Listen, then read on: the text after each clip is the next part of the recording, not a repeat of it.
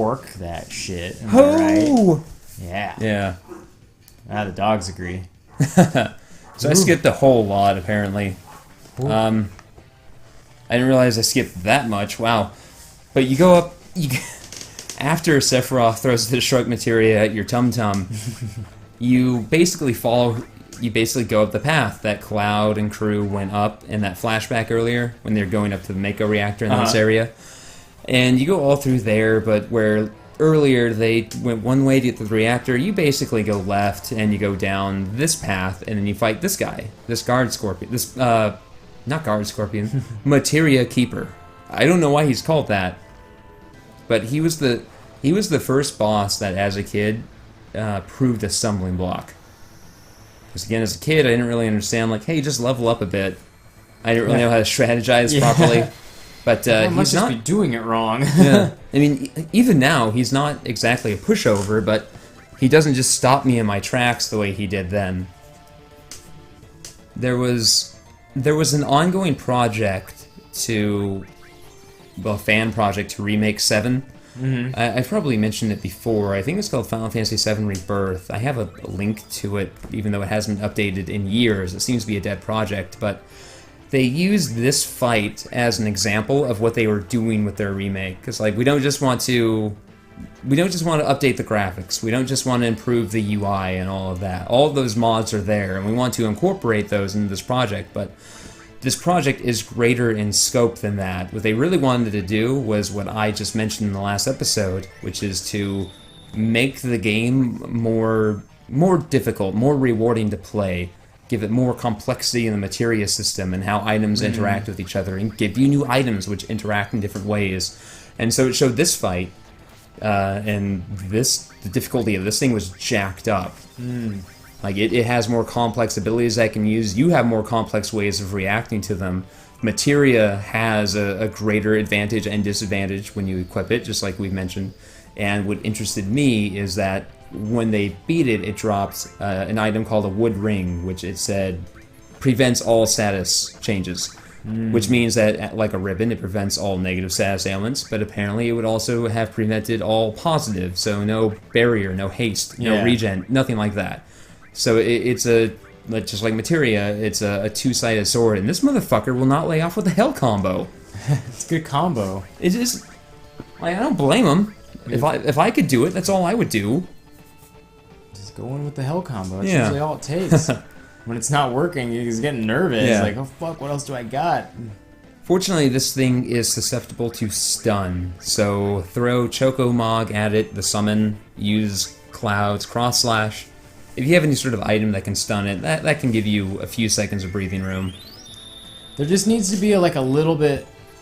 Like, I want there to be more of a consequence for time, perhaps. Like, if you're lining up your attacks closer together, maybe they have like a cumulative effect, or if you're waiting too long, maybe the enemies can, if you don't throw the enemies off, maybe they can like coordinate their attacks together. They do that together. actually in Final Fantasy X too. Yeah, if your attacks, when you attack the enemy, it delays their next move, and if you're able to attack them several times, if all three characters, if their attacks land at the same time or roughly the same time, then it can heavily delay the enemy's next move, which in some cases is the primary strategy for getting through an enemy, because if you allow them to attack, then you just won't be able to beat them. I don't feel like that game quite does it properly, but it looks like... And that's also kind of how it works in Valkyrie Profile / Indivisible. Oh, man. Because in Indivisible, if you remember, you basically time your attacks to the face buttons, and you're trying to chain them together based on how quick character attacks in the first place to keep an enemy off guard. I wish I could replay Valkyrie. Well, or just I want to get my hands on Valkyrie Profile. Oh, you have it. That's right. Yeah. I just want to, if not play through the whole thing, at least just play a good chunk of it, just to fully understand this is how the battle works. Mechanics and timing. Do the frames of animation for the attacks matter, or is it each one just gonna land? I just want to get a little bit more familiar with it, so when Indivisible comes out, that I'm like, okay, they did these things differently or similar. I do want to play through Valkyrie Profile, but I need a strategy guide to do it. I Yeah. played it when I bought it 10 years ago, obviously. I spent almost $100 on it. I wasn't going to not play it. But it's a pain in the ass. It's really hard, and you're on a time limit. Every time you go into a dungeon, a day ticks by, and then once enough days tick by, Ragnarok occurs. Oh, fuck. And it didn't... Maybe I just didn't get it for some reason, but it seemed to me that there weren't enough enemies for me to grind out levels. Huh. It seemed like the enemies you encounter are... It seemed like there were a set number in a dungeon, and even defeating those enemies just wasn't giving me enough power. So I'm playing through the game, and you're progressing through time, regardless of how strong you actually are. Even if you lose, like, an important boss fight, it's just... That boss fight is just connected to some story bit. You just won't get to see that story.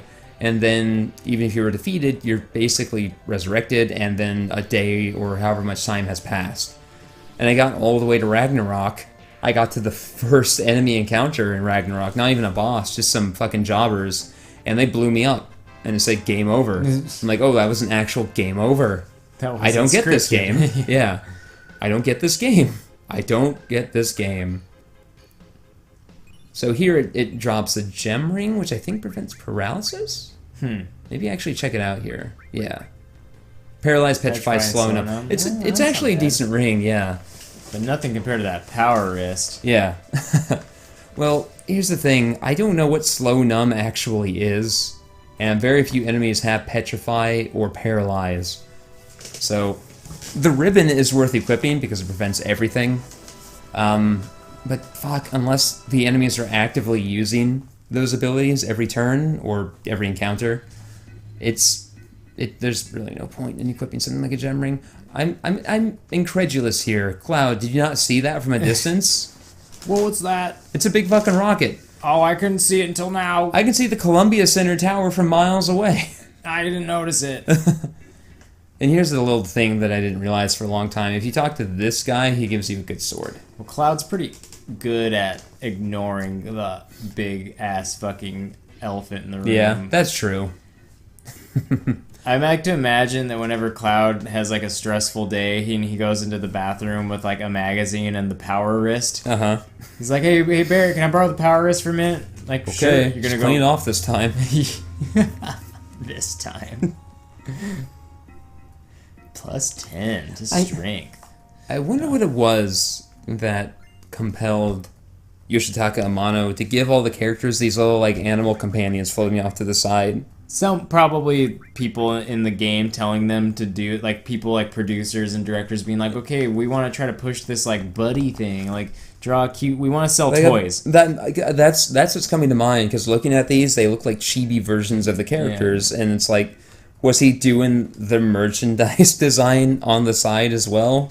Like, okay, guys, when you make your plushie. Wow, Amaranth looks a lot different in game. Yeah. Like here, he looks like a human. Like he makes sense. Yeah, in the game, I thought he was some creature. Like there, he looks like a sexy anime guy. Like you could picture like a Spike kind of or something. He actually looks almost exactly like Spike. Yeah, looks a lot like Spike. Yeah. Hey guys, you want to steal this plane? Let's Let's steal this fucking plane. It doesn't look like it'd fly very well. Are any of us pilots? No. Let's just steal this fucking plane. Let's steal this stupid plane, which I guess flies at a 45-degree angle. Oh wait, I see what angle it. But still, it's still weird looking. It doesn't make sense. And there's like propellers on the wings. Yeah. That can't work. Like not like that. Yeah. Not like this. Not like this. God damn it, Quinna. Cool. Yeah, these are really fucking good. Yeah. This looks a lot like something I'd see like Wayne Thiebaud. You know, the guy who always draws cakes. Oh yeah, and yeah. Stuff. Cakes and occasionally a lady. Just zoom in on that cod piece. So as you flip through the Final Fantasy IX portion of Yoshitaka Amano's The Sky, the character will be on one side, and then on the opposite page there will be a bold circle with a push-in on a particular detail of that character. On this page, you have Kuja, and then opposite of it, you just have an extreme close-up of Kuja's codpiece. I mean, you know, well, what else are you going to zoom in on, but still. Oh, it's so good, that queen. Yeah. Meeting Sid. What did I call him again? Oh, I remember what I called him.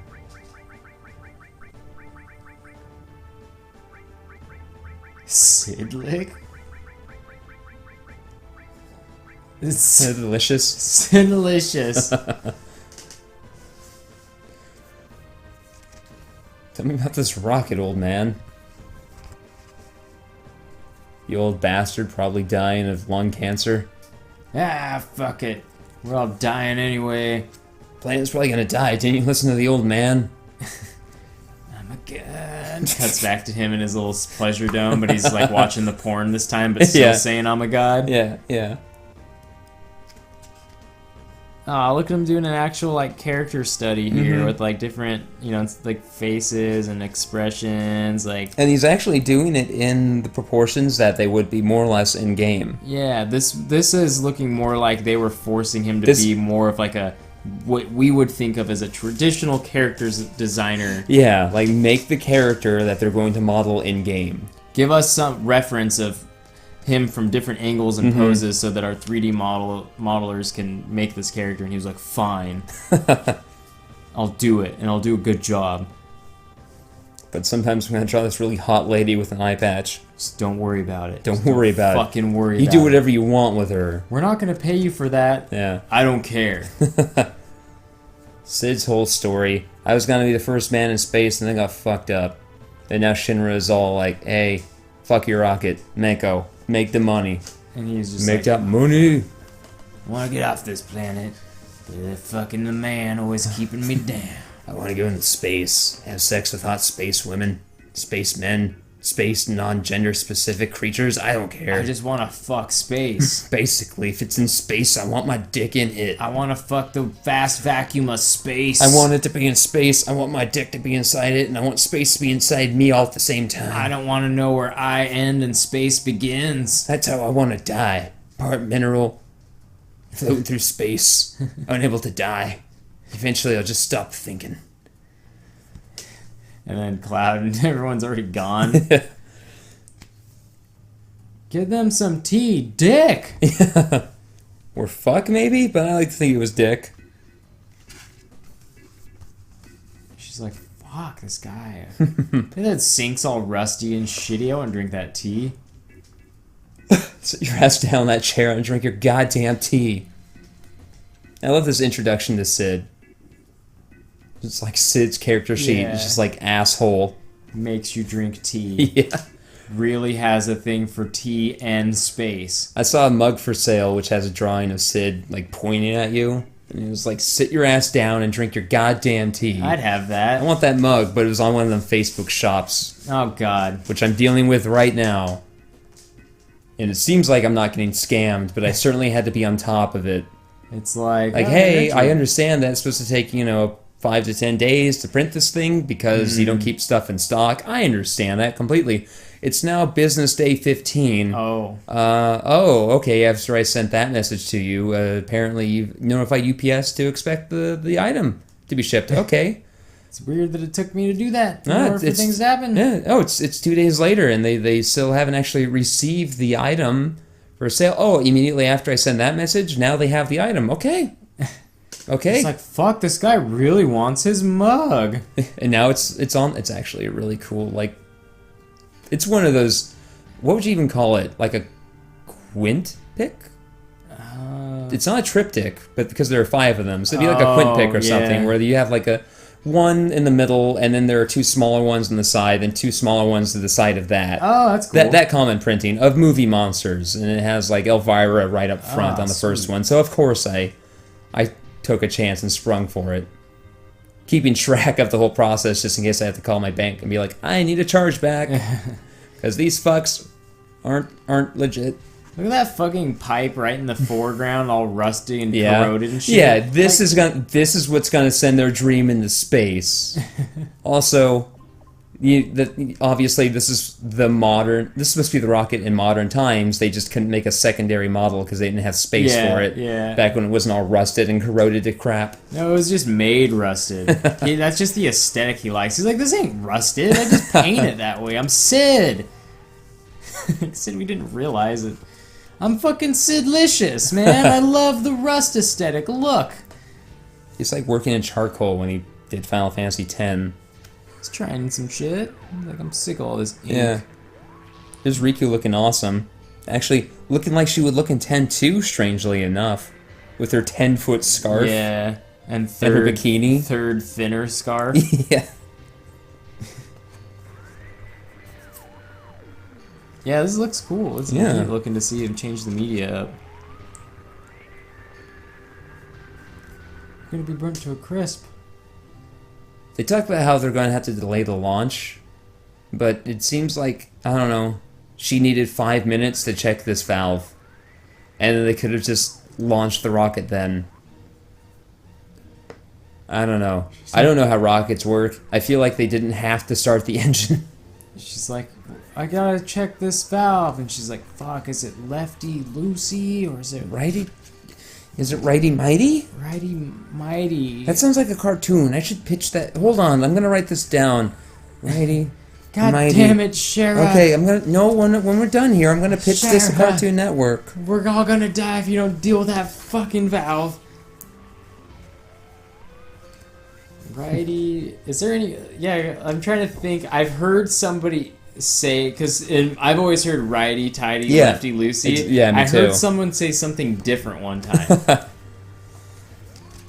I'm trying to remember what it was. Lefty bestie. Righty sighty. What? Right, not so tight. Left, not so loose. Sounds a lot like righty tighty, lefty loosey. No. You also have the opposite anyway. Other illustrations, 1997 to 2001. And the rocket just... Yeah. It may as well have gone bonk. Boner noise, slide whistle. Yeah. Why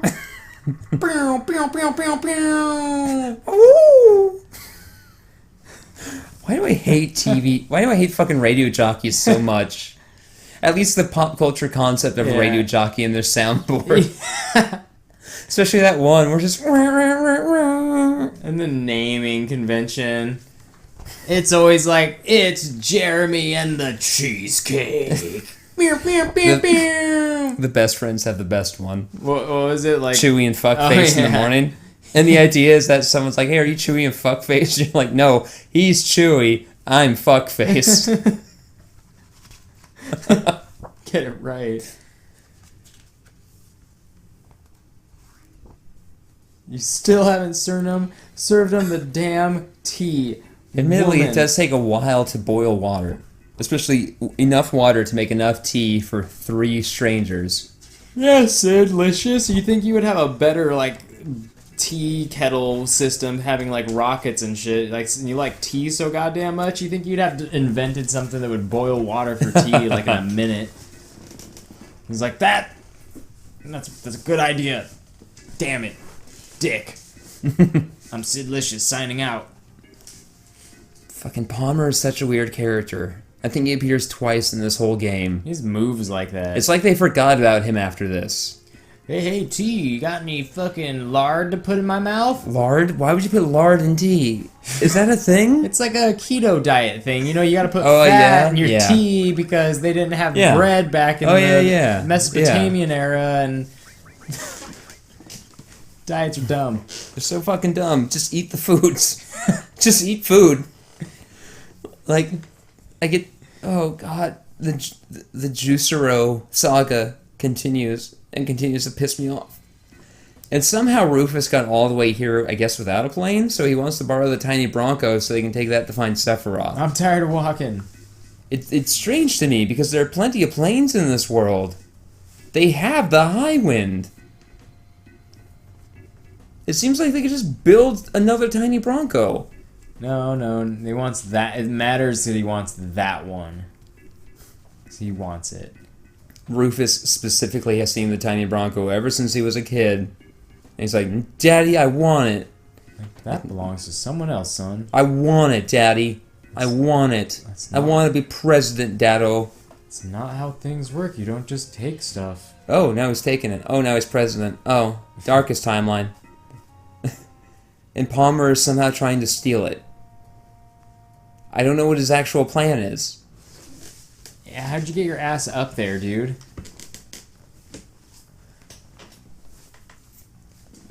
We'll be taking that tiny Bronco. Seen you somewhere before. I know, the Shinra building when the president was killed. Oh, it's the security. Oh. And now he's a boss fight for some reason.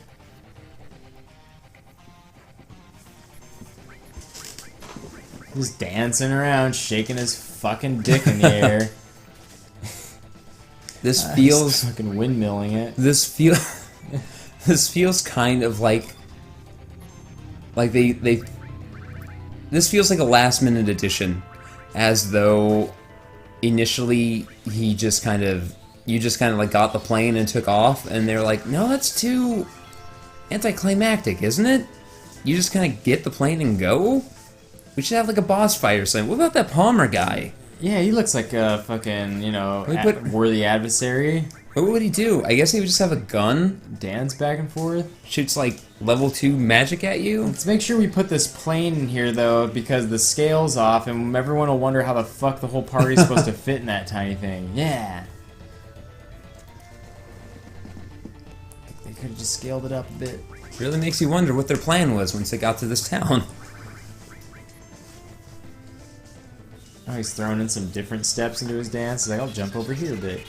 I'll jump over there. Did you play, you played, Star Ocean fucking, till the end of time? Yeah. And there was those one enemies that you could trip, and when you would trip them, they would spill money. Oh, yeah. They were always so funny. I never beat the game, but I spent way too much time making those fuckers just trip and spill money. Like, oh, my money! Or something like that. It was real funny. I felt like a real cruel bastard, but it was, like, real fun for me. And there were like these aristocratic kind of like rich-looking enemies that just ran around, and you kill them and get a bunch of money. Yeah, I never did beat that game though. Neither did I. I always enjoyed it up to a point. I always really it's one of those games, dug it to up to a point. Like I was 100% involved. I've probably told this story before, but it was at least a year ago, so I'll tell it again. There's a point in that game where you get out of like a mine shaft, and you're proceeding east, but there's a point where your path goes north. And if you go north, you go up some mountains, you're fighting regular enemies, but eventually you hit some dragons. Yeah. And they blow you up. Yeah. I did not notice that the path kept going east. I thought I had to go north. And so I ground out the levels necessary until I could... Those dragons, by the way, listener, great Canadian guy, Jeremy, those dragons are not supposed to be encountered for another probably 10 to 12 hours. Like, they're way higher in level than the enemies in the area. But I ground out levels against the other enemies until I was just strong enough to kill a dragon without it killing me. So I was at exactly the minimum level to do it, which meant the experience they gave me immediately gave me a few more levels. That's fucking awesome. Which then started the positive feedback loop of, well, now I'm strong enough to fight these with a bit more ease, which gave me more levels, which meant I could dominate. Like, it got to the point very quickly after I killed that first dragon to where I could just fucking dominate them, no problem. And I just was grinding out these levels as I'm going along the path. I'm like, okay, finally I can do this. This feels like it's balanced weird, but whatever. And I keep going up this path, just grinding out these levels, and I get to the end of the path, and there's not a town here. There's like a bridge or something that's blocked off. And I'm like, wait a minute. Was I supposed to come this way? I've been here for like 5 hours. Was I not supposed to come this way? And then I go back down to where the northern path started, and I'm like, oh, it goes east. And then you just destroy everything. Everything. I get into a boss, and I'd kill him in 2 or 3 hits. I miss that about a game though, like going where you're not supposed to, and then you kill just one of the enemies, and they give you like you get 2 levels like right away. Yeah. And you're like, that felt real fucking good. The original Suikoden has something similar because you can leave the starting city right away, but that's not where you're supposed to go first. You're supposed to talk to some like dragon rider, and he gives you a ride off to the actual starting area. But if you leave the starting city right away, you find yourself fighting just boars. Just boars. But because they're not the starting enemies, they blow you up. But again, if you can manage to eke out a victory through luck and by pluck, JoJo reference, you can get a huge level boost right away. I was never able to because they're way too strong. I actually restarted the game because that was like 5 minutes in. I'm like, I feel like someone told me what I'm supposed to do and I completely missed it. And so I replayed it, and in the opening bit, they're like, oh, go talk to this dragon rider, and he'll take you to wherever. I'm like, oh, god damn it. God damn it. Oh, if you have Yuffie in your party right here, they're like, okay, what are we going to do next? And she's like, go west. Go west. I'm like, what? She's like, no, don't worry. Huh. No, don't worry about that. Then what happens if you go west? It takes you to Wutai. Oh, okay. And then you go to her whole side quest, which we're going to do next time. Next time on CDP Plays.